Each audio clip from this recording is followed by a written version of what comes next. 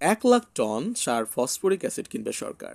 মঙ্গলবার বিকেলে অর্থ উপদেষ্টা ডক্টর সালাউদ্দিন আহমেদের সভাপতিত্বে অনুষ্ঠিত সরকারি ক্রয় সংক্রান্ত উপদেষ্টা পরিষদ কমিটির বৈঠকে এ সংক্রান্ত প্রস্তাব অনুমোদন দেওয়া হয়। বৈঠক সূত্রে জানা গেছে 40,000 টন ইউরিয়া ও 40,000 টন এমওপি সার কেনা হবে। শিল্প মন্ত্রণালয়ের প্রস্তাবের পরিপ্রেক্ষিতে 25-26 অর্থ বছরের জন্য সৌদি আরবের সার্বিক অ্যাগ্রো নিউট্রিয়েন্টস কোম্পানি থেকে 11তম লটের 40,000 মেট্রিক টন সার আমদানির অনুমোদন দেওয়া হয়েছে।